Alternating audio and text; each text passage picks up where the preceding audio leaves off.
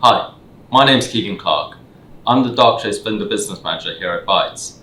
Bytes and Darktrace have a strong, long-standing relationship. The partnership has been incredibly successful and has helped Bytes mold our cybersecurity strategy and focus on delivering our customers best-of-breed technology. With the recent announcement of Darktrace winning Microsoft Partner of the Year and Bytes being the largest supplier of Microsoft in the UK, we are very excited for the future and how we can win together. Next up, we have Hannah and Ellen discussing how AI is shaping the world of cybersecurity. Thanks. Good morning and welcome to this conversation between Darktrace and Bytes. We are so excited to be here. We'll start by introducing ourselves. I'm Hannah Darley. I'm the Director of Product Relations for Darktrace. I'm Ellen Hallen, Threat Intelligence Analyst for Bytes. And we are going to be talking about all things AI. Obviously, both of our organizations talk about AI a lot, think about AI a lot. For Darktrace, we do AI all the time. So really, what's kind of top of mind for you right now? What are you thinking about? It's a really hard question to answer because I feel like AI, and I certainly should say this is artificial intelligence, not Apple intelligence, we're including it all. It's such a huge topic to discuss, and I actually never know where to start with it when I'm talking to customers. So we had a quick conversation about where to start, and I think disinformation is something that is huge at the moment, given what's going on. I write a monthly threat assessment, which just covers what's going on in the last month, really. And I've started having to kind of theme it in a thematic way to do with geopolitics, cyber, disinformation, because I feel like geopolitics really drive cyber. And of course, this disinformation is like a third funny kind of category that's sort of being fed by the other two.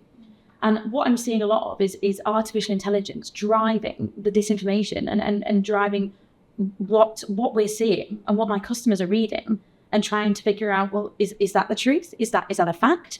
I feel like we should clarify the difference between misinformation and disinformation. With the misinformation is like something that's accidentally wrong. It might not be, deliberately wrong, but disinformation is, threat actors actively changing a piece of information, even just a simple statistic or a fact, to make it wrong. And of course, AI is making this so much easier. And I for one, am thinking, well, how reliable are my sources nowadays? Yeah, I'm thinking the same, Hannah. And what are your thoughts? I think there's a huge amount that kind of comes into it with disinformation. I think that we really have to talk about AI in kind of those multiple pockets. So like a technology pocket and then a society and culture pocket. And I think that society and culture pocket is really important. As we think about, how is AI going to affect our culture? And we kind of face a crisis of reality. We don't necessarily know what information we can trust just by reading it or seeing it, and what information is therefore fake. And I think that with AI, we also have to take into account that some of this is created by AI, some of it is just spread through the use of AI.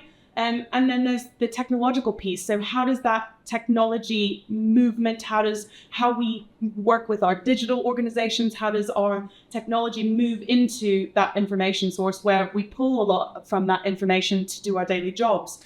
And when we're looking through data, can we trust that data, or has it potentially been tampered with? And as we move forward, how do we kind of move through that AI adoption and technology to use technology well as adopt AI well, but also make sure that everything is trustworthy and transparent? So I love what you said about culture there and that driving. And I think part of the challenge as well is, like you said, the technological aspect is important. Obviously, that's what is driving this. But it's the end result, I think, which is actually the really problematic area. Because how do you explain to customers and people that may not actually have knowledge of this kind of event, I suppose, that what they're reading is not necessarily true?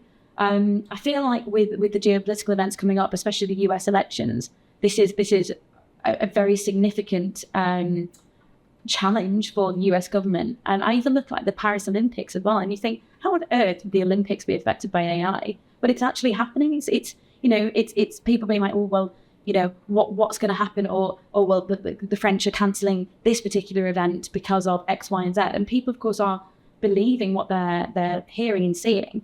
And that's really hard to kind of counteract, isn't it? I don't know if you've got any suggestions on counteracting. Yeah, I mean, I think one is to understand our relationship with data. So how do we take in information? How do we take in data? Where do we have those trusted sources, and where do we always need to verify something and quality assure it? I think sometimes we get complacent in our use of information, and we kind of just lean on things coming in must be true, or especially things we use day to day, we don't typically question it. Yeah. But I think the first thing is, and most kind of good advice starts with education. So what is disinformation? What is data poisoning when we talk about AI? What is the possible risk of kind of not just, social engineering, but also what is the risk of misinformation and disinformation spread specifically through AI to the public? And then I think the other piece is also, as consumers, once we've educated ourselves, understanding what the technology does and what it doesn't do. So AI generates content, especially in terms of a lot of the disinformation or deepfake content. It can generate that content, but it doesn't necessarily, especially in large language models, for example, it doesn't look for accuracy. That's not what it's designed for. It's looking at the distance between words. And so actually when people interact with large language models, for example, they might be thinking, this is giving me an accurate answer, almost like a Google search. This is going to give me the most accurate answer. But actually, it's just giving you what is the most close together from what it predicts you would be expecting. And you can ask it leading questions. And so I think we have to be, especially now, really critical consumers of knowledge and of data. Yeah, I could completely agree with that. I think one of the challenges you mentioned there was social engineering as well. And phishing, of course, has gone from, I suppose you describe it as kind of like a cigarette packet kind of not very good phishing campaign, it's got spelling mistakes, it's maybe not written in like standard British English or American English, and people were much, I'd argue, less likely to fall for it. Whereas now AI has taken that out. I've seen phishing campaigns that are very realistic, very real. And we're seeing a lot of threat actors using that. I'm assuming I'll be able to ask in a second what you're seeing, Darktrace. But at Bytes, we're seeing very, very good phishing campaigns that are easy for people to fall for. And I feel like AI is just going to make that worse. But like we talked about just briefly, it's the speed of it as well. So not only are we our threat actors producing really easy to manipulate or click on clickbait kind of phishing campaigns, they're also being able to produce them at a speed that we've just not seen before. And that's only going to get worse, isn't it? What are you guys seeing at Darktrace? Yeah, we definitely see the same thing. I think pretty much unilaterally across the security industry, we can say that phishing is the first place where we have a good amount of evidence that AI is being used by threat actors. And mostly we see that in terms of generating the phishing content, and in some cases social engineering or reconnaissance. And I think one of the big things that I always try to point out is that the threat hasn't changed. It's still phishing. It's still arriving at your inbox and expecting your user to interact with it. What has changed is that sophistication piece. So what we're looking at is, the language is really sophisticated. So especially for non-native English speakers, because a lot of business is done in English, but we also don't often talk about in other areas of the world where business is done in different languages, like Japanese, for example. And that lowers the barrier of entry for those phishing campaigns as well. So not just for English, but all over the world, you have native level production of language that was previously kind of Google Translate at best, maybe some kind of Grammarly in there to make it make sense. But you have this tool that can quickly leverage that. And I think the other thing to point out about phishing that we see is that, especially when we think about kind of native technologies and things that businesses are using every day, we see a lot of QR code phishing. New one. And it's becoming really prevalent. And really, it's just a sign of the times that advanced techniques are becoming the norm. And I think we have to kind of move ourselves out of this mindset that only advanced threat actors can do advanced things. And actually that barrier for entry is really low. And it's not just down to AI, some of that down to the as-a-service marketplace. I was going to say, but we see this kind of democratization of the threat landscape. And so as a defender, you're sitting there thinking, okay, a couple of years ago, I kind of knew who I was defending against and what they were going to do. And now you kind of have no idea. It's fully opportunistic in many cases. And you may never know who targeted you or why. And you can only sort of get to the baseline of, I can tell this is sophisticated, so it's probably AI, but in many cases, even with root cause analysis, you won't actually know. You're just presented with an attack and you have to deal with it. That's a really interesting point, and one I've not actually considered before, because like you say, you have the different threat actors, and you've got APTs at the top who are the most well-funded, potentially the most sophisticated, although cyber criminals overlap that if they're look at Lockbit. Until recently, they were very, very well, they were very prevalent. But, you said, yes, APTs, cyber criminals, you've got your hacktivists as well. And I think what you just said that is brilliant, in that you don't know where the next threat's coming from. And like you say, with the ransomware as a service models and the malware as a service, you're trying to predict who's going to attack you, how, And somebody once said to me, I can't remember who it was, but it was a brilliant idea, because it was, here you are, and you're trying to protect your infrastructure, which is massively spread out now too, based on the fact that, people work from home, and there's no kind of, this is our box, and like our defense in depth comes from everybody inside this box is safe, because our network's so spread. So you're then not only trying to protect your organization from one threat, you're trying to look at 10 different threats, all these threats coming from, more sophisticated to least sophisticated now with the use of AI. So you've got your, I don't want to use the phrase script kiddies, but people who are much less able to, or much newer to the field, I suppose, realizing that they can make a bit of money this way. And they're using the ransomware as a service models or the malware as a service models and AI. I feel like it's sort of evening the playing field for threat actors. Yeah. It's really hard to kind of defend your organization against that. So yeah, I guess I'm asking, Darktrace, what would you recommend again for helping our customers to defend themselves better against AI models? I mean, we obviously think that AI is going to be really helpful to solve most cybersecurity problems. Yeah. So I think one thing that, a lot of people say is don't bring a knife to a gunfight. But I think it's better to say, actually, when we're thinking about technological advances, when we're thinking about technological challenges, we have to meet them with technology as well as people. So it's not to say that people aren't important, because they are. It's crucial to have a human element. But it's also crucial to make sure that our technology is up to scratch and that we're able to digitally defend against digital threats. So I think you have to employ AI. I think the future of cybersecurity demands it, because you're having a machine speed problem that a human by themselves it just can't keep up with, no matter how many you have. And then if you bring into account this kind of skill shortage, and if you bring into account the fact that defenders have to cover everything everywhere all at once, and attackers just have to find one small That's exactly what I was one saying. small chink in the armor. So I think you have to turn to technology. I think we have to embrace it. I think when we think about how that works, we have to start with what problem are we trying to solve? Yeah. So, a lot of people will talk about cybersecurity as a problem in kind of one brushstroke, but there's so many micro and macro problems within cybersecurity, from identity to kind of classic conception of network, all the way to the cloud, and especially digital identities now, as is going to be popular in the EU. And I think there's just so many different facets to cybersecurity problems that you have to start with that core problem statement before you can decide which AI application is going to solve it. Yeah. And that's certainly how we advise our customers. It's not just plug some AI in, everything will be great. It's really, what is the problem that's being solved, and how can AI applications layered together address that problem? That's how our solution looks at it. And we would recommend that for in-house solutions as well. Yeah. I think one other thing I'd say on a very maybe strategic level is read. Like, if you're the cybersecurity lead for your company, or you're even just interested in cybersecurity, because obviously you need to be thinking about it at all levels.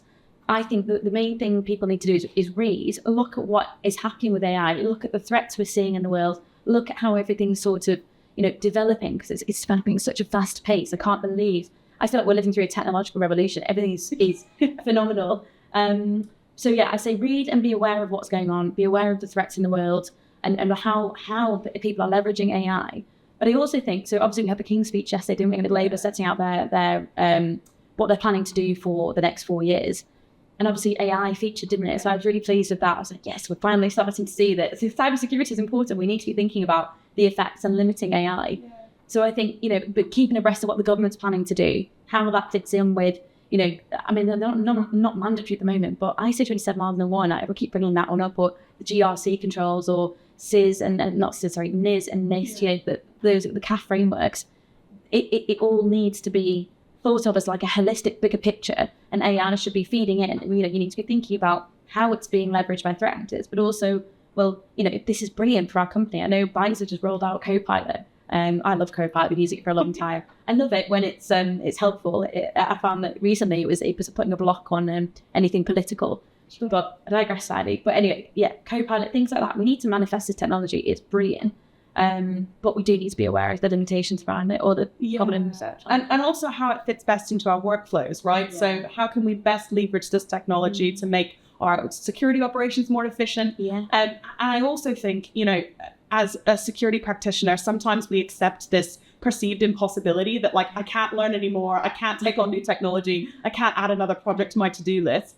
And I think really one of the things that I would say to them is attack it like you would attack any other IT problem, any other security problem. Take it in bites, take it in Like in small portions. I see what you mean. And really look at it from that problem-centric view and look at how you can get the best benefit, because AI doesn't need to be implemented everywhere. No. It's not to say that you have to have it in every facet of your technology. I saw an advert the other day for a golf club with AI in it. I don't know if we need AI everywhere, but I think the right AI implemented at the right stage to solve the right problem will really make a difference. And so what I would also say to security leaders is, we totally hear you that you still have 95 other problems to solve in addition to how am I going to implement AI. So it's definitely not the case that we would say, drop everything, plug some AI in, it will get better. But it is the case to say that a lot of those problems might be solved better if you thought about an AI solution and how that's going to implement across your human workforce and how that's going to make their lives easier, their lives more productive, because AI is an efficiency engine at its core.